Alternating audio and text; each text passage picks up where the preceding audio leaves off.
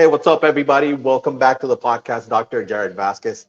As always, ringside physician, and I have none other. I've been wanting to have this guy here for a long time, and we have Dr. John Neidecker. He is the president of the American Ringside Physician Association.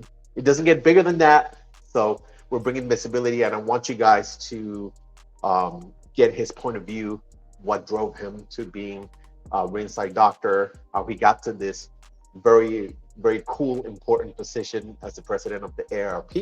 So welcome, Doc. It's a pleasure to have you. How are you doing today? I'm well. Just got done with some patients in the office. Let's talk what we love to talk about, right? Exactly, Yeah, exactly. yeah. So what we know, your accolades. Of course, I think you're a New York guy through and through. Um, Jersey for residency, if I'm not mistaken. That's right. Family medicine and sports medicine hmm with an emphasis on concussions. Tell me a little bit what drove you to make that choice and go into sports medicine. Yeah. So I mean, sports medicine has always been the thing for me. I mean, since I was, you know, looking into go into medicine, I think that's what I wanted to do, especially through my own injuries, and I thought it was, what fit me and suited me the best. When when everything was all said and done, I decided to uh, do a career in primary care sports medicine, there's a couple different areas what primary care sports medicine works with, but I work in an orthopedic practice, so I'm doing all the non-operative orthopedic medicine. If something needs surgery, then I get it to one of my partners, and we kind of go from there. But as far as that's probably about 75% of what I do on a day to day is non-operative orthopedics, but the other 25% is sports concussion too. So dealing with concussed athletes, all different, sports, a lot of high school, some college, and we take care of the Mudcats, which is one of the minor league team for the Brewers, and then the passion project, right? The combat sports and stuff. So it's and that in itself, I always like to say, sports medicine is a specialty, but ringside medicine is more of a subspecialty of anything else, because it's a whole. There are some things you can take from general sports medicine that translate over, but there are other things that don't. Preach. I've been saying that all along Yep. that this needs a little, a little fellowship hmm deal. Hopefully in the future, something like that will come along. But yes, I'm gonna tell you how I stumbled upon being research. I'm internal medicine hmm and from Puerto Rico. I studied in Puerto Rico and went over to Iowa because I wanted to change. I was in for an adventure, so I moved to Iowa, and I got you talk with patients. If you like MMA and boxing, I'm talking with my patients, making small talk and talking about this. And one of the patients says, "Hey, I know a fighter. Let me talk to him about you." And I had been a doctor in the residency for the Pan American Games. And I liked a little bit of sports medicine. I mean, I didn't have the formal training, but I liked it. And I always, wanted to be involved with more sports. And one day, I gave the patient my number. That's my first year of graduation. After graduation, of course, I don't do that anymore. But back in the day, you want to be, the most involved doctor, giving phone numbers and everything. And I got a call from a Josh Neer, and Hmm. I thought this is my patient, pranking me or making fun. It was a hmm younger guy, so I'm like, oh, I'm like, oh, sure, Josh Neer, how Yeah. are you doing? How are your fights? Uh, To make a long story short, it was Josh Neer. So, and he needed a doctor desperately because a doctor dropped off, and so slowly but surely, I started getting involved more with the Iowa Athletic Commission. A year later, unfortunately, we had the passing of Dr. Knobloch, Dr. yeah. Jeff Knobloch, who was a great doc over there. He was taking care of 90% of the fight. So I kind of fell into the role and in the process fell in love with it. But how was it for you getting into this craziness of boxing, wrestling, and MMA? Yeah, How did you stumble upon it? my story is pretty funny actually. So like I said, I've been wanting to do sports medicine my whole life. I love everything. I really do. I'm happy on the sideline at a football game. I'm happy. I think when we set this up, I was at the state, high school championship wrestling tournament. I was there, and that. So that was. So I love it all, but combat sports is a passion of mine. Um, I was in medical school, and we were at a bar watching a UFC event, and it was Rampage and Chuck Liddell. Classic. And I remember watching this, and I said, you know what, this would be really cool to cover. I think I could do this. And I've always had a love for combat sports in the sense that my background is wrestling. That's what I did. But boxing was something that I've always been into as well, because my father he was a paint store manager, and he used to get tickets for Buddy McGirt at the Garden, and he would take me because Buddy McGirt's grandfather was a painter, and so my dad used to take me to fights at the Garden all the time. So I had the boxing love from that, and then with the wrestling background, it just made sense to love mixed martial arts as well too. So go back to that night, I was like, I need to learn how to cover this, but this is different. This is not like It is. being on the sideline for a football game, and I think there's something more to this that you just can't do it. So I didn't know what to do. But I kind of started looking through things, and I actually emailed Kevin Iole with Yahoo Sports. Yeah, and I told him my story. I said, I want to do this, and he goes, well, you're in Jersey now. You're in medical school in New Jersey. Why don't you reach out to Larry Hazard? He's the commissioner for the New Jersey State Athletic Commission. So I got the number. I called them up, and they were like, "Who are you?" And I said, "Well, I'm a medical student. I'm gonna go into sports medicine. I really feel like I have an interest in learning how to become a ringside physician. But I need to be trained. I really want to learn how to start being trained now. Like I want to do this." And they're like, "You're not a doctor." I'm like, "No, I will be." "Well, call us back when you're a doctor." I'm like, "All right, okay, I can wait." So I stayed in New Jersey for my family practice residency, and I called again when I graduated medical school. They, "You're a doctor?" "Yes." "Are you licensed?" "Well, in New Jersey, you can't be licensed until I think third year out, actually. Mm-hmm. I said, "No, but I will be soon." And they're like, "No." Oh no. Yeah. So, but I kept on calling, and out of the blue one day, during my third year of residency, I got a call from Dominic Coletta, who's the head at Ringside. He was the head ringside physician in New Jersey, and he said, "Who are you, and why do you keep on annoying the commission?" So I told him my story. I said, "Hey, this is this." And then he goes, "Well, I got a fight in Atlantic City this weekend. You want to come and work it with me?" I was like, "Yes, I will be there." So I started shadowing under him in my residency. When I went to Cleveland for my sports medicine fellowship, he hooked me up with the commission there. So I started my moonlighting gig and fellowship was actually covering fights in Ohio. And Fantastic. and then I went back to Jersey for my first job, and got I slided right into the New Jersey Commission just because of all that.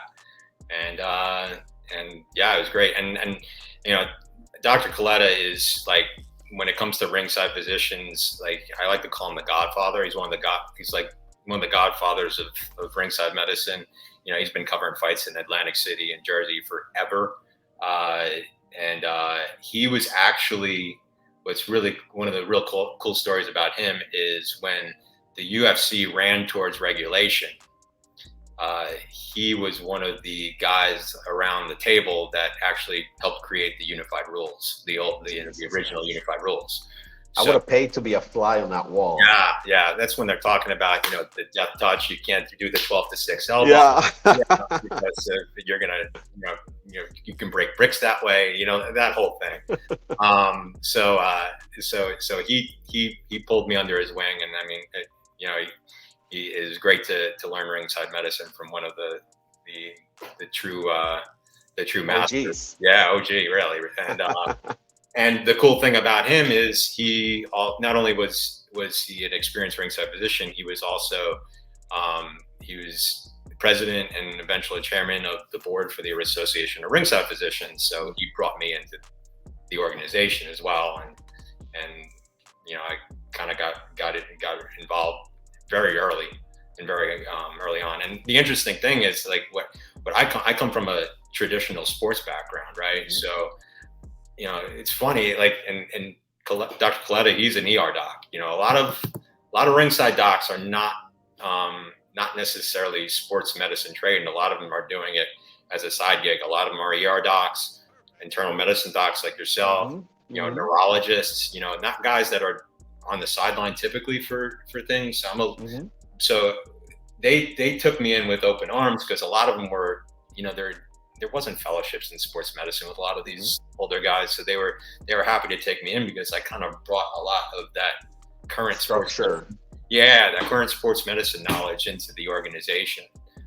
So yeah, it's cool. I mean, like, as you know, we come from all different backgrounds, and that's what makes the organization a lot of fun. We can always bounce things off each other, because there's so much in ringside medicine that's, it's not just neurology and orthopedics. There's so much more that you need to know. So many things can go wrong. Yep. When there's a cage and a ring. That's my origin story, if you will. So that's right. Every ringside doc I've met, it has that kind of, checkerboard of I went through this, the next thing I know, I'm sitting next to a cage. Yeah. Next thing you know, you're sitting on a bus next to Uriah Faber, trying not to fan. Yeah. Right. Exactly. Yeah. that's the craziest thing, and the coolest thing for me, at least, is being able to tend to the fighters. But I've been making content kind of associated to everything I do for the past, Jesus Christ, I would say 7 years. Because when I got that call and I started to get these shows and my personality, and I was really, trying to bring legitimacy, there were some dermatologists that were doing it in Iowa, some oncologists, and they just wanted to sit. I mean, and I'm not talking bad about any doctor. They just wanted to sit with a suit next to the cage and kind of get front row seat. But I was trying to Google, hey, what's a ringside physician? And this is 7 or 8 years ago. And there was absolutely right. And right now, there's a couple other doctors that put out content and they do a good job. But when I was looking for it, there was absolutely no kind of firsthand experience or no narrative of what to do. So, I had to buy the books online and start reading journals and concussion and just try to do the self-education that medicine is sometimes. And that just brought a new layer. But the cool thing is that being a ringside physician gets you access to the coolest thing. And I want you to talk about this a little bit, which is the contact that what we get to see, what we call, what's a good word for it?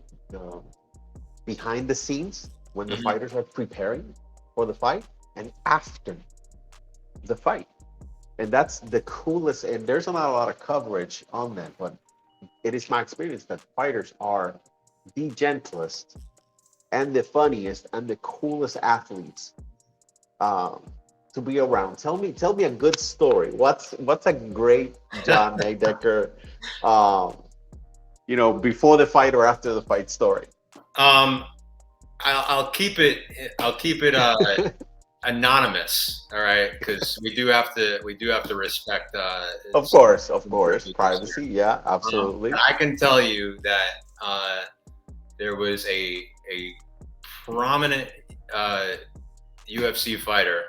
All right, that I was doing a physical on, and like a pre-fight physical, and we're one easy way is we're checking general range of motion and things like so. One of Hmm. the you know you can check orthopedic general range of motion very quickly by having somebody do knuckle push-ups, a crab walk, and a duck walk. I mean, if they can do all those things, then You're good. they're pretty. Yeah, there's nothing glaring. I mean, granted, none of these guys come into fight night 100%, but if they can do that, then you're pretty good there.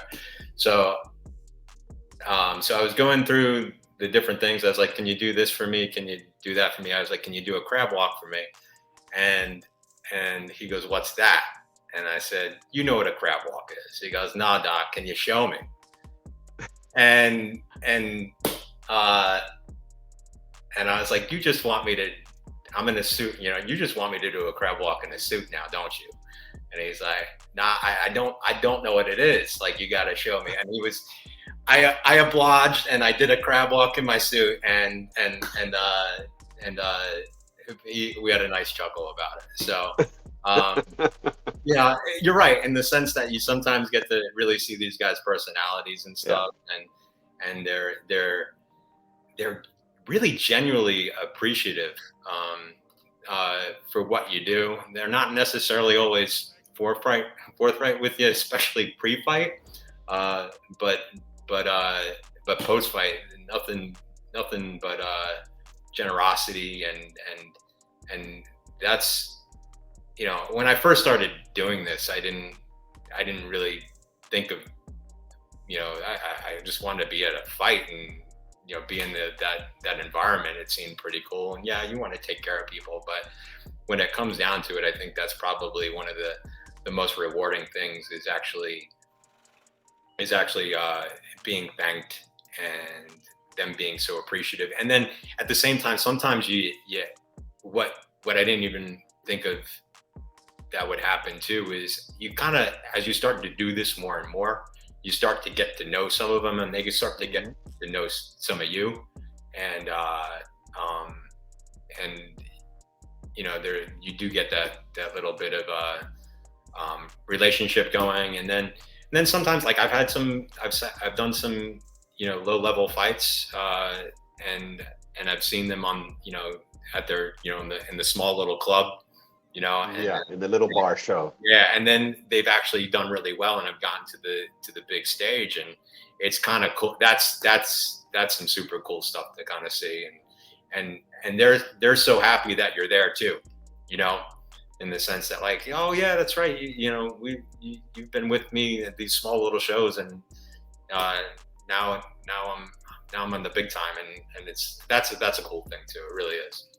Oh, absolutely. I can vouch for that. That's one of the coolest things. And I don't know about you, but when I see these little guys that, they're in the little bar show or they're in the little fight pass show, and then they get on the big show, and if you're not covering your home, you're looking at pay-per-view, and when you see him it's so nerve-wracking because you want them to do Yeah, good, well, you and you're do, like, you oh do, my especially if you're a God. local kid and stuff. Yeah. Yeah, absolutely. Yeah, yeah. Yeah, so that's for me, that's the coolest thing, um that being a ringside, doctor is the but also getting to help in critical situations Mhm.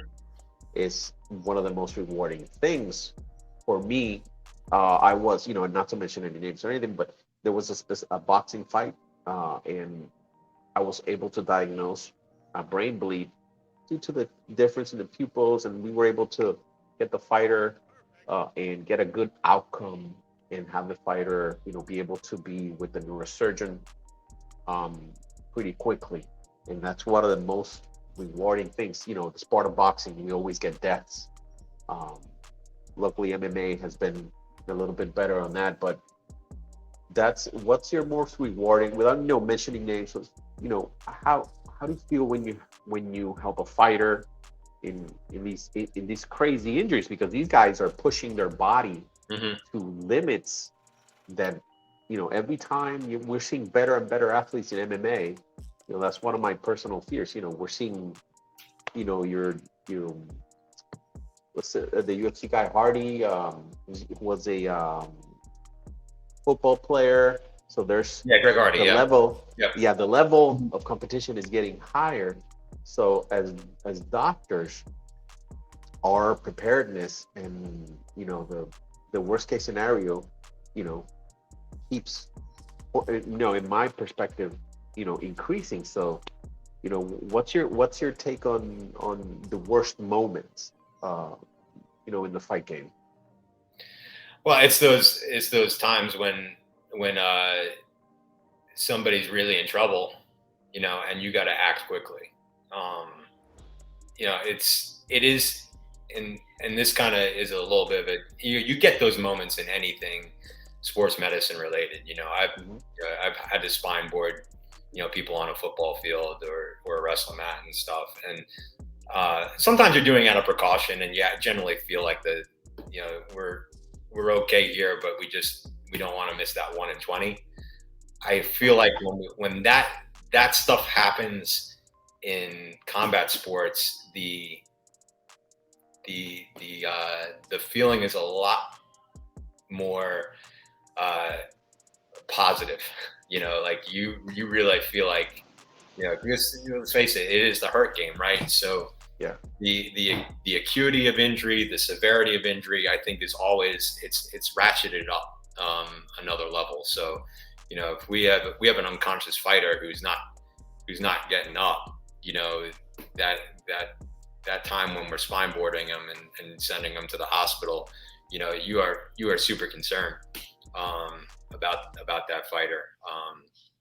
You know, uh, I mean, again, you get it with all sports, but I just feel like it's just that it's multiplied in that ring or that cage. Yeah, 100%. 100%. When I always tell my, friends and people that ask me social media, because people are really, fans are very curious of what happens when, they enjoy the knockout, the beautiful slow motion highlight afterwards. Hmm. But when the physician and you call the EMTs to get in there, the transmission cuts away to something else. So, it's a reality that happens. And unless you're in contact, unless there's more media out there about it, people don't know what it means to, okay, have a downed opponent. What are the key points you do? Checking Hmm. the spine, checking pupils. So that's why I put content out there, Yeah. just to educate on that stuff. And I think that it's exciting to see other doctors. It's exciting to have this opportunity with you and say, hey, this is our guy, this is our top guy, and this is what we're doing, um, to improve ringside medicine. Um, so, as the president of the ARP, what what is the association doing? What are exciting projects that you can kind of let us peek um, in within the organization to achieve these goals? Right. So with the ARP, the mission statement is to serve, protect, and educate all those in combat sports. That is the mission. Whenever we have a question, as an organization and a decision we're making, we're always going back to that mission. Are we doing that in what we're doing? So as long as we're doing that, we know we're within our lane here. Uh, the organization in itself has really grown. I want to say in the last 3 to 4 years, the educational content that we've been putting out has significantly grown. Um, Most recently, we have launched our Ringside Physician Basics course, and this is an online course that we're putting on currently right now. What we're doing as we're getting all the content up and running is we're doing about 2 sessions and we're calling them rounds for obvious reasons. But Mhm. we're doing two rounds a month. We started a couple months ago, and we're going to July. So it'll be 10 rounds total, and it is basically a course that is geared to the novice ringside physician of what they need to know in all facets of, how is combat sports organized, to things you need to be aware of for for fight license, things you need to be aware of in the pre-fight physical, things that you need to be aware of during the fight and after the fight, as well as like doing some really good education on the ARP's published consensus statements as well too. So it's and then when it's completed, basically it's going to be in like an online course that's offered in enduring fashion, so you can take it as you want to. And I think it's going to be a great resource for anybody who wants to do this, because none of that's out there, and anybody can access it, to get that foundation, basics level of what they should know. And now, granted, nothing trumps experience in being there and doing it, but certainly I think it's the one thing of its kind that's out there, in helping with educating the basics. I've been in contact with the ABC, the Association of Boxing Commissions, and they're happy that we're doing this too, because it's a resource that they can refer all their new ringside physicians to for some basic education. So that's a big thing that we're doing.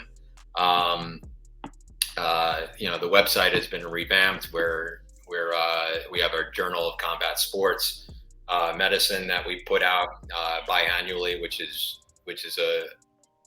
it's a niche journal in the sense that it really is just combat sports based. So we have that going on, and we have our annual conferences that we do each year, and I think now that we have this basics course, I think our annual conferences are going to be much, and truth be told, I think the conferences always thrived on interaction and case studies and what would you do. And we have a thing called a case presentation. It's called The Show Must Go On, with a question mark.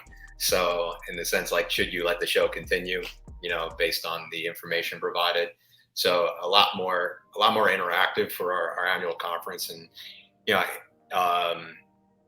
so we're doing Vegas again in 2022 in September. And we recently, and this is super cool, we recently signed a contract with the Ali Center in Louisville for 23. So we're going to do that in 23 Super there. cool. I'll be in Vegas. I'm going to go this year. Yeah. But Louisville in 23 in June. So at that Ali Center, which is a cool facility. And then it's the interaction of the organization and everybody getting together. How medical conferences are. Sometimes you learn more, at dinner or at the bar. Yeah, at lunch or at the bar. Outside of the actual lectures themselves. And it takes a special type of person to do what we do. We're not your normal ringside. We're not your normal physician, right? Yeah. If you love this, you're different. You have to. And it's difficult. And we all have everybody has different personalities, but when you put these different personalities of all these different ringside doctors together, it's a fun conference, and it's a fun organization in the sense that we have fun with it, and we're passionate. We like to fight too. So, look at you. You used to wrestle. Wrestle in high school. Did you wrestle in college as well? I had a couple offers. I ended up taking an academic, so now I only have one bad shoulder and one bad knee. So instead of Yeah. Smart decision. Smart But decision. I coached too. I coached in residence. I coached high school wrestling in residency, and Very even as cool. the first couple of years as an attending, so I couldn't let it go. And, It's uh, safer to yeah. coach Oh yeah, 100%. for sure. But you still get hurt too.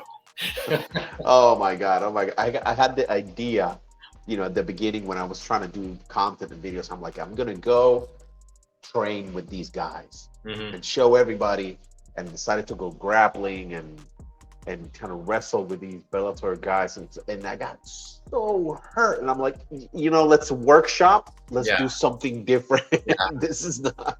Well, I'm in I my learned. 40s. Yeah, during my beginning of things, I trained in jujitsu and some Muay Thai. I felt like I needed to learn it to understand it better. The wrestling background certainly helped, uh, and but yeah, and I'd love to be honest. I'd love to get back to it. It's just life is busy, young Oh children, yeah. Oh yeah. so You get maybe hurt, and then you carry, yeah, you carry an injury. I see, a neck injury for 6 months, and I'm yeah. like, yeah, it's, yep. I did this to myself. But as the boy gets older, maybe we'll start dabbling again. I'll see. So this is for me very important. There's a lot. I get a lot of direct messages on my Instagram and my Twitter, like, hey doc, I really love this stuff. Where did you study for it? So the route, and you might correct me here, there, or add something to this. The route is, of course, being a licensed doctor in the U.S., having your residency, getting certified. Like you said, the route could be internal medicine Hmm. to sports medicine, family medicine to, like yourself, non-operative, orthopedics. Even anesthesiologists can go into sports medicine as well. So there's other ways. You could be an orthopedic surgeon. I know a couple of orthopedic surgeons are ringside physicians as well down here in Florida. So, are those the routes to go to? What other type of specialist is kind of allowed into the ARP? Well, any licensed physician, I I'm a firm believer in the sense that you need to be trained in medicine, right? But if this is something you love, as long as you educate yourself, Hmm. you can learn ringside medicine. One of the best ringside docs that I ever worked with in New Jersey is an OBGYN. All right. So, and he's a phenomenal ringside doc, and not just taking care of women boxers or MMA. Most were men when I was, the women's combat sports has exploded since my training. But yeah, but he knew his ringside medicine because he dedicated the time to learn it and he trained in it. So, my feeling is anybody can do it, and anybody, you know, they can offer valuable information and insight, to ringside medicine. There's ear, nose, throat doctors. And what do you do about the facial injuries? Like there's a little bit of something that anybody can offer, and as long as you're committed to learning the craft, you can do it. Yeah, 100%. Yeah, I think this is a great opportunity. I think your story brings a blueprint of what the right attitude for a young physician that has a passion for ringside medicine and combat sports. Yeah. Hey, call. That's what, whenever I get the direct message, I'm like, first of all, call your local commission wherever you live. Yep. Start going to the events, go up to the promoter, go up to the ringside physician that's working the event, and ask to shadow. Go to Yeah. the website, the AARP. Go to the social media. Follow this. This is a new era of online connection to Sure. it. So I Some think that places, your route is good. yeah, some places are easier to get in than others. That's for sure. Some commissions have more of a specific protocols on how you become a ringside doc with that specific commission. Some are very loose as well too. Um, but But the other thing too is don't forget about the amateurs as well. I mean, Mhm. USA Boxing is always looking for people to cover their events. That's a low hanging fruit, easy barrier for entry place to start. And if you do show that you have some commissions want to know that you have had experience.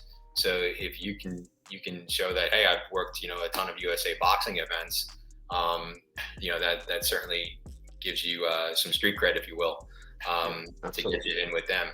You were saying, like I was saying, any ringside, anybody with the proper training can be a ringside physician. Obviously, there's certain specialties that the Radiology. there's some things that are going to be harder. I mean, you could do it, and there's certainly some things that could be easier. I mean, ER, I think ER is The easiest, yeah. is one of the easiest. Sports medicine obviously is another one too. But but yeah, you can, it's yeah. Well, anyway, yeah, don't forget about the amateurs because they need help too, and it's Yeah, yeah, that's the most. And currently, I'm finding myself participating more in amateur events down here in Florida.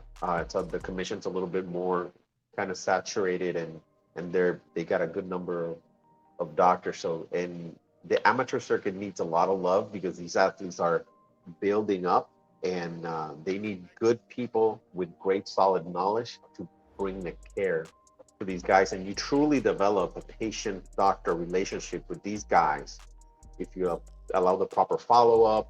Some of them are patients in your clinics if you have clinics, and they'll seek you out.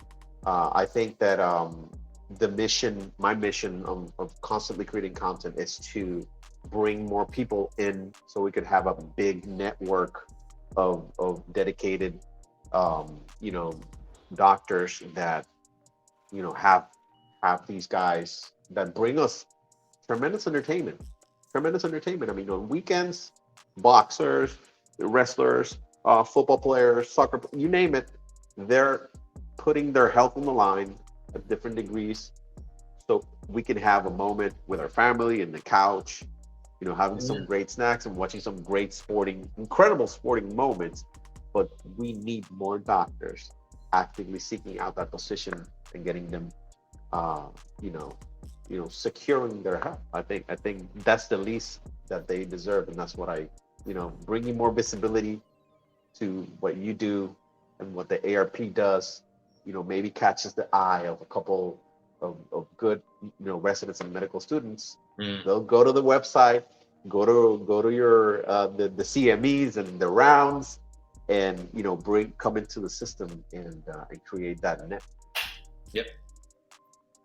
Well, Doc, I know you're a busy guy. I'm not gonna take a lot of more time off from you.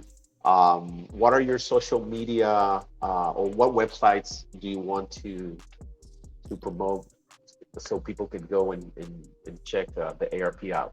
Right. So our website, ringsidearp.org. You can find us on Twitter and Facebook as well. I'm on Twitter at Dr. John Neidecker. So you can check out most of my stuff that I post is combat sports related, but not just combat sports, also sports medicine related, and me cheering on some of my patients on the court and field and all that kind of stuff. So that's kind of what I do. This was great. Let's do it again sometime. How about that? Absolutely, absolutely. I'll definitely we'll do it in the year.